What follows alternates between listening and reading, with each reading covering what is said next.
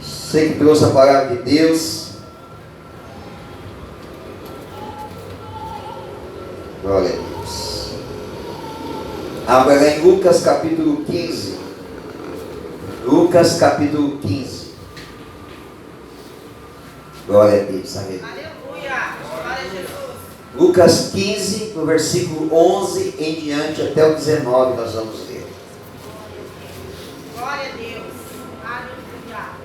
Um certo homem tinha 2 filhos.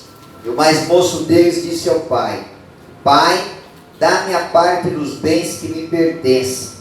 E ele repartido por eles a fazenda.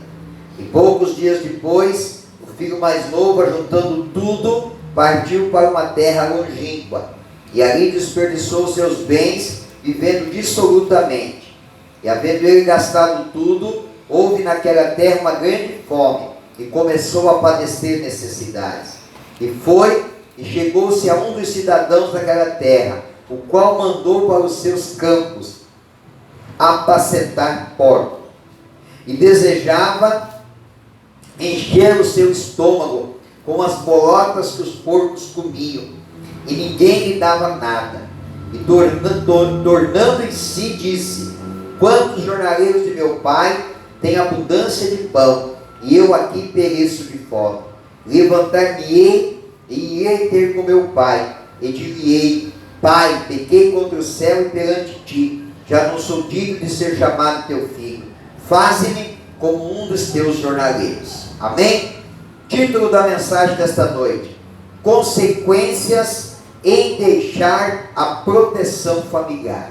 Amém? Vou repetir: consequências em deixar a proteção familiar.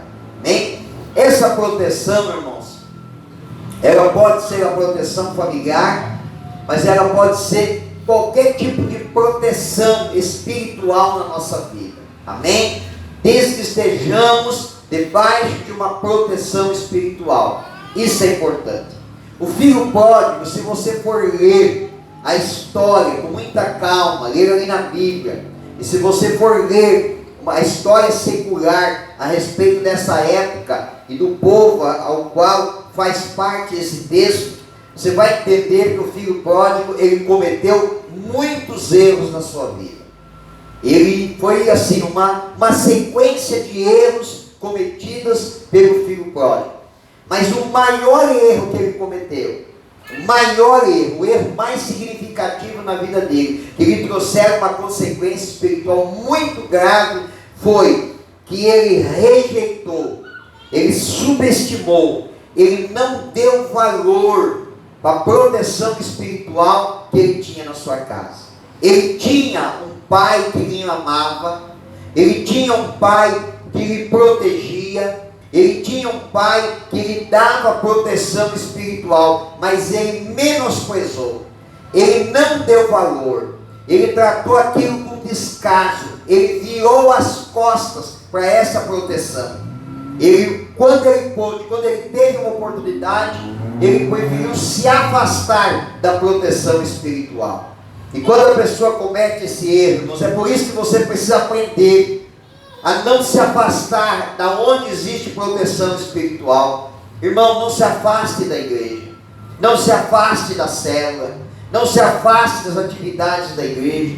Fique cada vez mais próximo daquilo que fala a respeito de Deus. Fique mais próximo daquilo que gera uma proteção espiritual sobre a tua vida. A convivência familiar, irmãos, ela é sempre um desafio para nós. Não é uma coisa fácil. Conviver em uma família sem nenhum atrito, sem nenhuma discórdia, sem nenhuma contenda, sem nenhum descontentamento, é algo praticamente impossível. É impossível você viver em uma família sem que haja descontentamento. Sempre há descontentamento. Mas isso não significa que você precisa se afastar do teu convívio familiar, principalmente aonde existe proteção espiritual. Então não abandone teu pai, a tua mãe, não abandone as pessoas importantes da tua vida, não abandone aquela prática de vocês estarem juntos, celebrando, comemorando nós estamos aí nos aproximando da Páscoa. Eu sei que para algumas famílias é difícil, irmãos.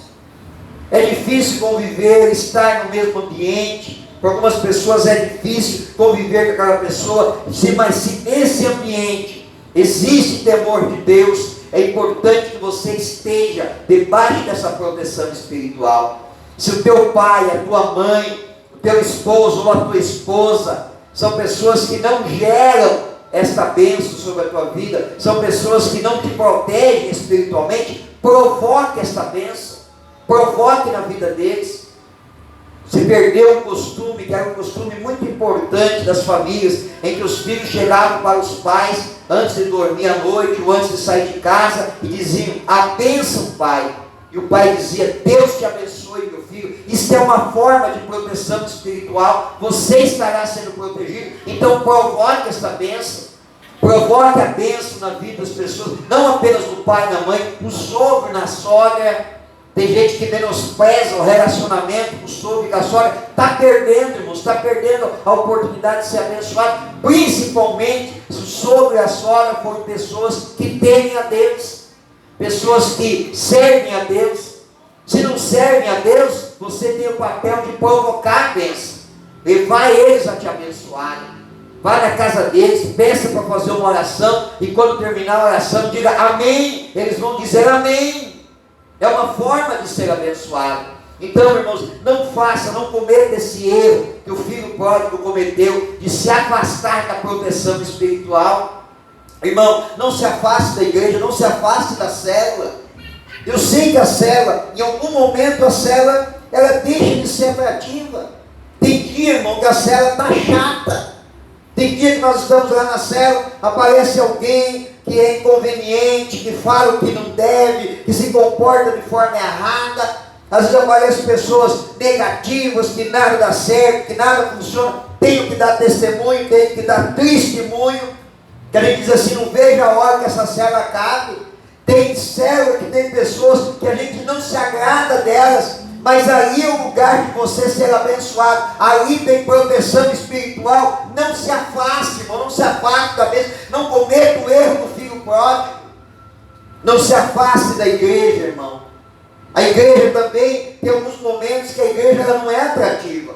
A pregação do pastor às vezes é chata. Tem dia que dá vontade de dizer para o pastor assim: pastor, faz uma oração por nós. E tá bom, chega, para de falar. Está falando um monte de coisa, ninguém está entendendo nada. Tem dia que dá vontade de levantar do banco e ir para casa. Parece que o culto é chato, não termina nunca. Mas não se afaste da bênção, mesmo sendo um culto chato. Quando o pastor termina o culto, ele diz: o grande amor do Deus Pai, a graça do Senhor Jesus Cristo, seu Filho amado, e a comunhão consoladora do Espírito Santo, seja com todos e com todos permaneça. É a bênção apostólica. Não se afaste da proteção espiritual, irmão. Não se afasta. Esse foi um erro grave que o filho pródigo cometeu. Foi se afastar da bênção. Foi se afastar da possibilidade de ser abençoado. Irmãos, provoque a bênção lá no teu casamento. Irmão, a Bíblia diz que o homem tem poder sobre o corpo da mulher, e a mulher tem poder sobre o corpo do homem. Sabe o que significa? Autoridade espiritual para proteger a tua vida. Então provoque isso. Ainda comentei hoje de manhã que ontem à noite, quando terminamos aqui o nosso evento, foi uma bênção, aliás, e quem estava aqui pôde ser abençoado, né? E quando terminou aquela correria, vai daqui, vai de lá, muito tempo a gente trabalhando, correndo, se preocupando, o pastor teve um mal-estar, dor de cabeça, ficou meio ruim, e aí, quando deu para liberar tudo e ir para casa, vamos embora. Já era bem tarde. E quando estávamos indo para casa, ele disse assim: ó, chegando lá em casa, eu quero que você ore por mim. Eu não estou bem, quero que você faça uma oração por mim. Eu acho que é espiritual. E chegamos em casa, irmãos, eu orei por ela, ministrei na vida dela, liberei a bênção sobre a vida dela, e ela melhorou, porque a gente tem essa autoridade. Agora tem casal, irmãos, que não faz isso, não tem essa comunhão, não dá valor, menospreza, irmãos. Tem gente que menospreza isso, não é importante, não dá importância. Agora há pouco ainda eu citei aqui na mesa do Jeová Jiré, que uma chave pequenininha abre uma porta grande. Às vezes é uma coisa pequena, mas você tem que valorizar. O filho pródigo não valorizou o que ele tinha, que era a proteção espiritual dentro da sua casa. E aí, irmãos, vem as consequências. Eu vou passar para você 4 consequências na vida do filho pródigo por ele ter virado as costas para a proteção espiritual. Primeira consequência, a perca dos bens e começou a passar necessidade. Ele perdeu todos os bens que ele tinha, porque ele estava desprotegido, irmãos, espiritualmente desprotegido. Ele estava à mercê do mundo, e você sabe, o diabo não estava brincadeira. A Bíblia diz que o ladrão vem senão para matar, roubar e destruir. O filho pródigo perdeu todos os seus bens. Ele perdeu, irmãos, escorregou pelo vão dos dedos, foi embora.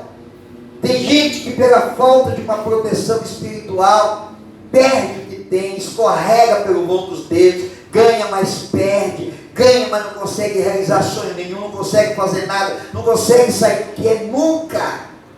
Revise a tua vida, irmão. Revise se você está sabendo dar valor realmente às coisas espirituais, se você tem se importado realmente com as coisas espirituais. Irmãos, eu tenho alguns conceitos comigo, coisas aplicáveis na minha vida, que para mim são importantes. A obra de Deus é a coisa mais importante na minha vida, então eu procuro tratar a obra de Deus com muito respeito, com muita reverência, com muito amor, com muita dedicação. Vocês vejam, irmãos, que eu sou pastor, eu já sou pastor há 23 anos, eu sou pastor. Eu tenho mais de 26, 27 anos que eu sou convertido, mas 23 anos que eu sou pastor. E eu sempre me esforço a chegar cedo na igreja, a estar no horário certo, se marcar um compromisso da obra de Deus. Eu procuro preparar tudo com antecedência, bem preparado, tudo bem arrumado. Tudo que eu vou fazer na obra de Deus, irmãos, eu trato com muito respeito, porque eu levo a sério aquele versículo da Bíblia que diz: em primeiro lugar o reino de Deus, a sua justiça, e as demais coisas vos serão acrescentadas. Então eu me esforço para não chegar atrasado, eu me esforço para não faltar, eu me esforço para não apresentar qualquer coisa, apresentar sempre o melhor, fazer sempre o melhor, fazer com excelência, fazer com amor, com dedicação, porque eu entendo que é a obra de Deus, e eu não quero cair nesse erro de virar as costas para aquilo que é mais importante para a minha vida, porque se Deus tem me abençoado, se Deus tem me honrado, por que eu vou comprometer essa bênção na minha vida, tratando a obra de Deus com desprezo? Às vezes eu vejo pessoas, irmãos, que tratam a obra de Deus com tanto descaso, com tanto desrespeito, faz de qualquer jeito, de qualquer forma. Se dá para vir na igreja, vem. Se não dá qualquer compromisso de surgir, ela troca pela atividade da igreja. Eu nunca fiz isso, irmãos, eu nunca troquei nada. Quando eu mudei para o Rio Grande do Sul, eu fiquei 3 anos sem visitar os meus pais. Eu não tinha condição de ir, não tinha dinheiro para ir. E quando fazia 1 ano e meio que eu estava aqui no Rio Grande do Sul, o meu pai me ligou. E meu pai disse assim: olha, eu peguei uma entrega para fazer em São Leopoldo. E eu morava em Capela de Santana. E ele falou: eu olhei no mapa aqui, de Capela a São Leopoldo não é longe. E eu vou descarregar só na segunda-feira. Então eu vou descer final de semana, desço no sábado, fico aí na tua casa, eu e a tua mãe. E segunda-feira eu vou fazer a descarga. E eu falei para ele: pai, sinto muito, mas eu tenho um retiro para participar, eu e minha família, e nós não vamos estar em casa. Eu abri mão de ter o meu pai e a minha mãe na minha casa. Fazia 1 ano e meio que eu não via eles, e ficou mais 1 ano e meio sem poder visitá-los. Porque eu percebi que se eu fizesse isso, eu estava colocando a família em primeiro lugar, a visita do meu pai em primeiro lugar, e colocando a obra de Deus em segundo plano. Eu falei: isso talvez hoje não vai ter influência nenhuma, mas no futuro isso pode produzir bênção na minha vida. Amém? Então eu coloquei em primeiro lugar. Eu falei: não, nós vamos no retiro. Nós tínhamos dado o nome para ir no retiro. Eu vejo gente que não faz isso. Nós temos um evento na igreja, qualquer coisa, a pessoa não vem. Não vem. Dá mais valor para uma coisa mundana do que para o reino de Deus, para a obra de Deus. Aí daqui 10 anos, daqui 15 anos, olha para trás para a sua vida e diz assim: o que aconteceu com a minha vida? Aonde que eu fui parar? olha para os filhos e diz assim: o que aconteceu com os meus filhos? Eu vejo pessoas, irmãos, que têm todas as condições de estar na igreja no horário certo, mas não consegue chegar no horário certo. Todo culto atrasado, todo culto queimando, chega sempre, né? Acho que leva muito a sério aquele versículo: Deus habita no meio dos louvores, chega no meio do louvor. Não, a obra de Deus, irmãos, é primordial na nossa vida, tem que ser tratada com respeito, com reverência. Ela é importante, eu tenho que dar valor para ela. Esse foi o erro que o filho pródigo cometeu. Ele virou as costas e ele se afastou da proteção espiritual. Quem está entendendo, diga amém. Segunda consequência dele ter virado as costas para a proteção espiritual: a perca dos amigos e o início da solidão. Você sabe, o dinheiro vai embora, os amigos vão também. Ele perdeu, ninguém quis ficar perto dele, irmãos, porque um camarada, quando está no declínio, se você ficar perto dele, você é arrastado por ele. Então as pessoas que estavam perto do filho pródigo disseram: nós não seremos arrastados com ele, porque ele está em declínio. E ele foi para uma terra, e aquela terra passou por seca. Eu tenho certeza que a seca foi por causa dele. Começou a passar fome, passar necessidade, perdeu os seus bens, perdeu os seus amigos, as pessoas se afastaram dele. Você sabe, quando a gente está passando por um momento difícil, o que a gente espera? Que tenha pessoas no nosso caminho para nos ajudar, que estendam a mão para nos ajudar. Mas o filho pródigo não tinha isso. Terceira consequência foi a humilhação e a degradação humana. O contexto do texto que nós estamos falando, ele é um texto que foi escrito e foi falado por Jesus como parábola aos judeus. E o judeu, ele não come carne de porco e ele não cria porco, porque para o judeu o porco é imundo, é um animal que representa imundícia. Então Deus proibiu para eles. Então o judeu não aceita isso.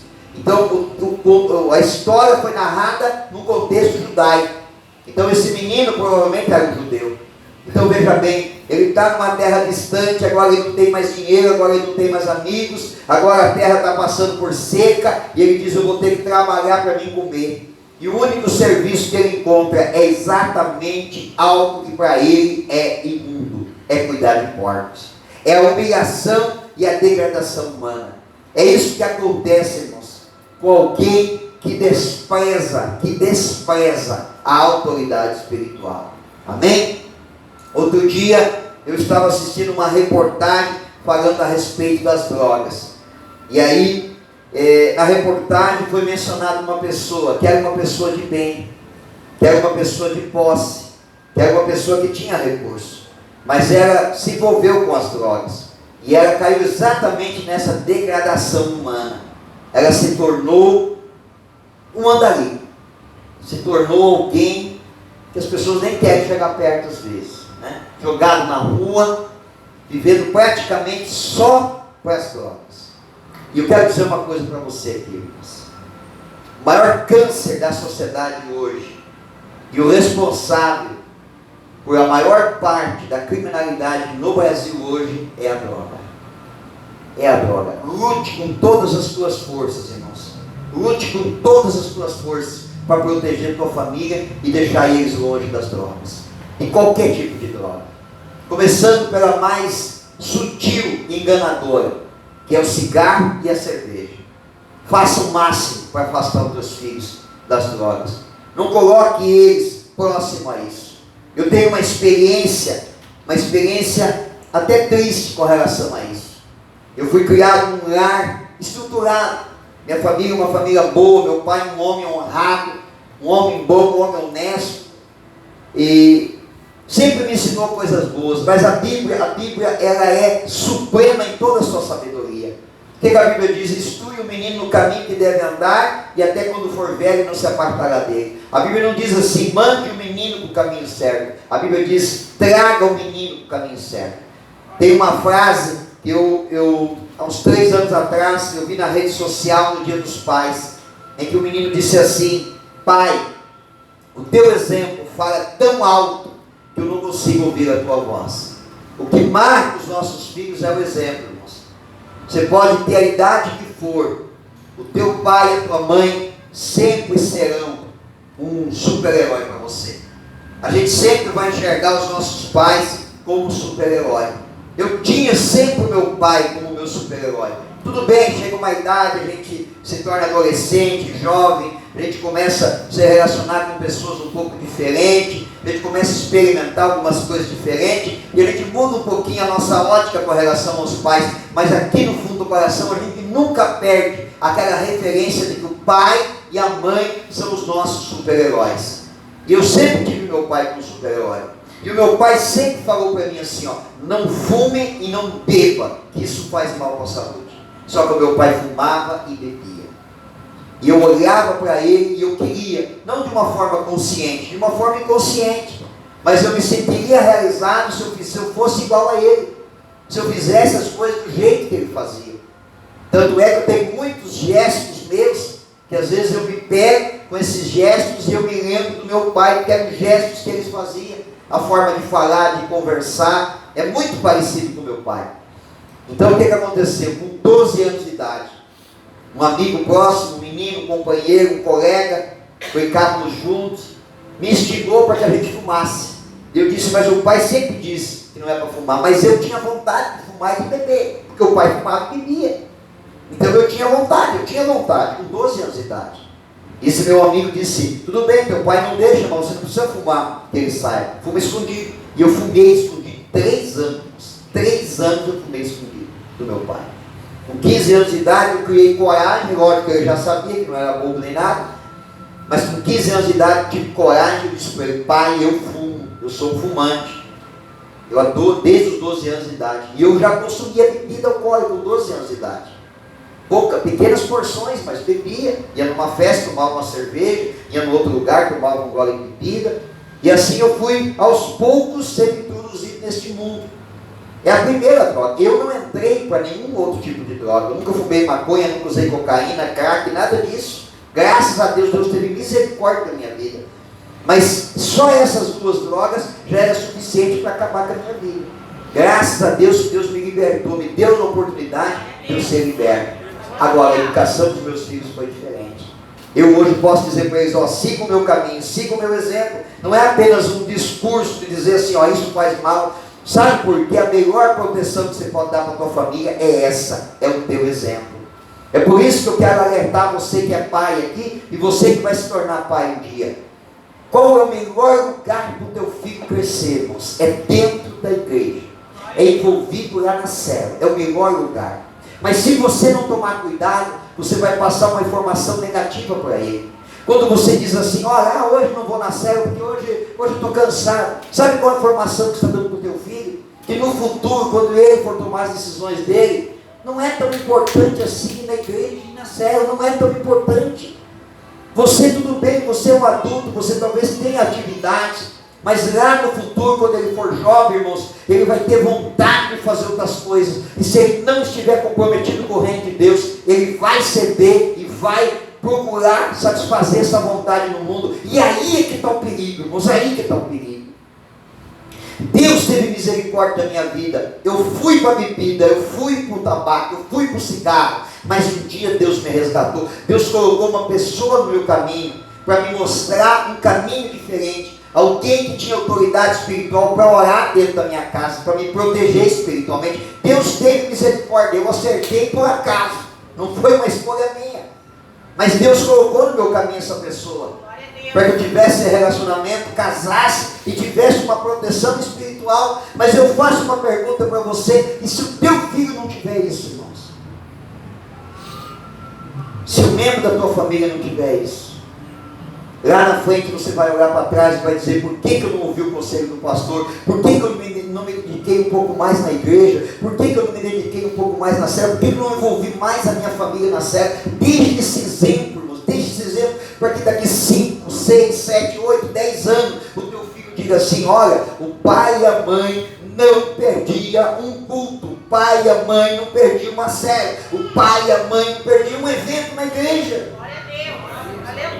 E lá no subconsciente deles vai ecoar aquele pensamento: o pai e a mãe é o meu super-herói, eu quero ser igual a eles, eu quero fazer igual a eles, eu quero ter a diferença. Então não cometa esse erro, irmão, porque a droga é a degradação humana.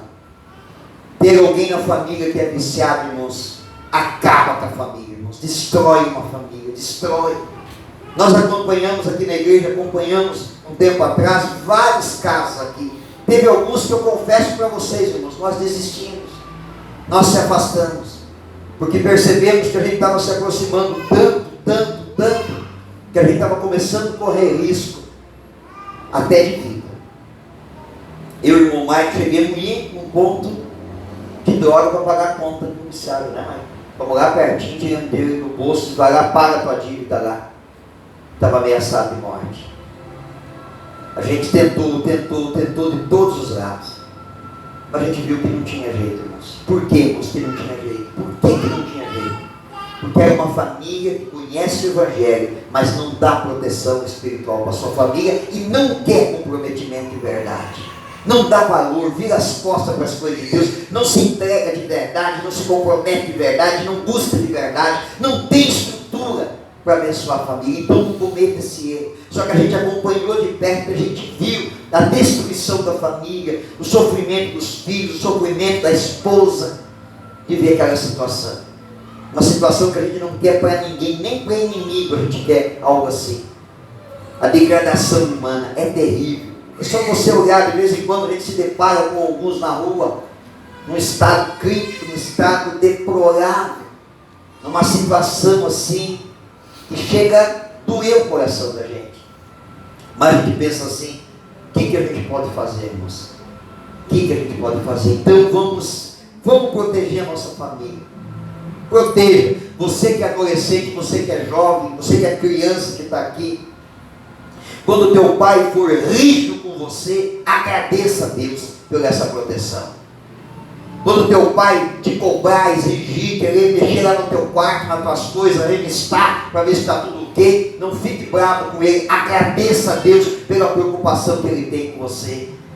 Se o teu pai te vigiar, for lá no colégio, no teu trabalho, seja o que for, para investigar o que você está fazendo, agradeça a Deus por essa preocupação que ele está tendo, esse cuidado que ele está tendo com você, porque ele está te protegendo de uma coisa terrível, terrível.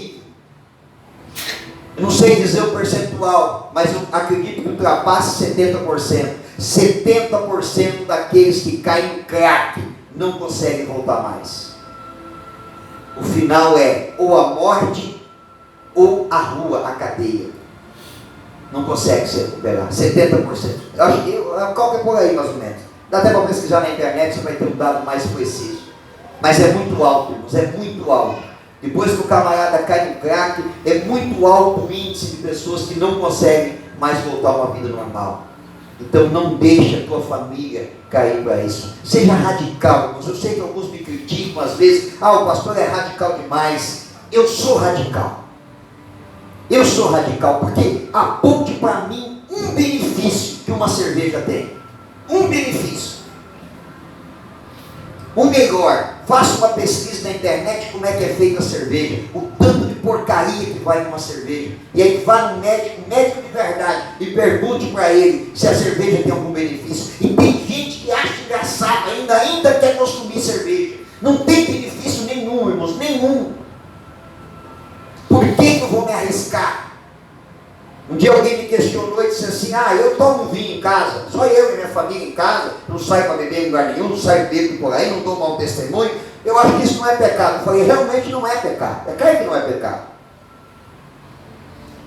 Eu falei, agora eu quero que você pense junto comigo, raciocine junto comigo. Eu falei para essa pessoa assim, eu não tenho mais filhos pequenos, mas eu tenho netos. Falei para ele assim, você imagine que eu resolvo tomar vinho em casa. Só eu e minha esposa em casa tomar um vinhozinho. Aí um dia desse meu neto está lá em casa. E ele vê, diz assim, vô, o que é isso aqui? Eu vou dizer, é uma garrafa de vinho. É vinho? De vez em quando eu com a avó tomamos só um golinho, nada demais. Ele vai dizer, mas pode, vô? Não, se você for dar um golinho dentro de casa, pode, não tem problema. Ele não sai bebendo por aí, não tem problema. O neto grava isso na mente. Passa um tempo, ele vai na casa de um amiguinho. Chega lá, tem uma festa, você sabe que o pessoal do mundo faz até festa de aniversário de 1 ano da criança e tem barril de chope, tem gradado de cerveja. Aí o amiguinho vai lá na festa do amiguinho, chega lá, tem bebida à revelia. E o amiguinho que talvez de vez em quando dá uma picadinha num copo de cerveja lá do pai dele, oferece para o meu neto. Ah, dá só, mas só um golinho não tem problema. Quando ele falar assim, só um golinho não tem problema, automaticamente a mente dele vai lembrar que eu disse em casa para ele, um golinho de vinho não faz mal. E ele vai dizer, o vô disse que só um golinho não faz mal. E ele experimenta um golinho, 2 golinhos, 3 golinhos, e no futuro se torna um alcoólatra. Eu disse para essa pessoa, quem é o culpado? Quem foi o culpado disso? Fui eu que dei esse mau exemplo dentro da minha casa. Então eu sou radical. Eu não quero a degradação humana da minha família de jeito nenhum. Na minha casa não tem uma garrafa de champanhe nem para enfeitar a estante. Nada. Eu não aceito. Eu sou radical. Eu não aceito de jeito nenhum. E tem mais uma. Se eu vou numa festa que tem bebida, eu fico um pouquinho só. Fico para agradar a pessoa que me convidou. Mas já aviso também. Digo, ó, irmão, eu vou comer uns pedaços de carne aí, ó. Estou indo para casa. Porque não é um ambiente que um cristão deva habitar. Quem está entendendo, diga amém. Amém. Quarta consequência do filho pródigo ter virado as costas para a proteção espiritual do seu pai. A perca da visão. Ele não é a visão física, ele perdeu a visão de ser humano. Sabe por quê? Porque ele olhou para a lavagem do porco, para aquelas bolotas, e teve vontade de comer as bolotas. Mas nem isso ele podia comer. Olha que estado ele chegou, irmão. Ele perdeu a visão de que ele era uma pessoa que tinha futuro pela frente. Que ele poderia ser uma pessoa de sucesso. Ele começou a se imaginar mais do que um mendigo, comendo lavagem de porco. Tudo estava praticamente perdido para o filho pródigo. Mas ainda tinha uma esperança. E aonde que estava essa esperança, irmãos? A Bíblia diz assim, ó, caindo em si. Esse é o segredo, irmãos. Esse é o segredo. É quando nós caímos em si, quando nós reconhecemos aonde nós estamos errando. Você sabe qual é o maior problema, irmão? É você receber um apontamento de que você está fazendo algo errado, mas você não reconhecer. Você tentar tapar o sol cabeleiro e dizer assim, não, eu não estou fazendo errado, eu vou continuar assim porque não vai dar nada mesmo. Eu sei que não vai dar nada. Essa é a pior coisa. Mas o filho pródigo, ele teve um momento de nobreza na sua vida. Caindo em si, diz a Bíblia, ele reconheceu que estava errado. Ele reconheceu que a vida que ele estava tendo naquele momento era uma vida errada, mas que ele poderia consertar. Talvez não conseguisse consertar e voltar ao seu estado original, mas ele sabia que poderia consertar e voltar a ter uma vida boa. Então a Bíblia diz que caindo em si, ele resolve voltar à casa do Pai, voltar ao lugar da proteção espiritual e pedir perdão para o seu Pai. Sabe como você recupera essa proteção espiritual na sua vida, irmão? Sabe como você amplia essa proteção espiritual na tua vida? É quando você reconhece aonde você está errando e diz assim, a partir de hoje eu vou mudar. A partir de hoje, eu não vou mais ficar caído dentro desse chiqueiro, comendo bolotas de porco. A partir de hoje, eu vou voltar para a minha proteção espiritual. Amém? Se coloque em pé para nós orarmos nesta noite. Eu quero que você se reúna com a tua família para nós orarmos. Quero que você abrace membro da família ou dê a mão para ele. Eu quero que você ore por essa pessoa da tua família. Quero que você ministre na vida dela em nome de Jesus.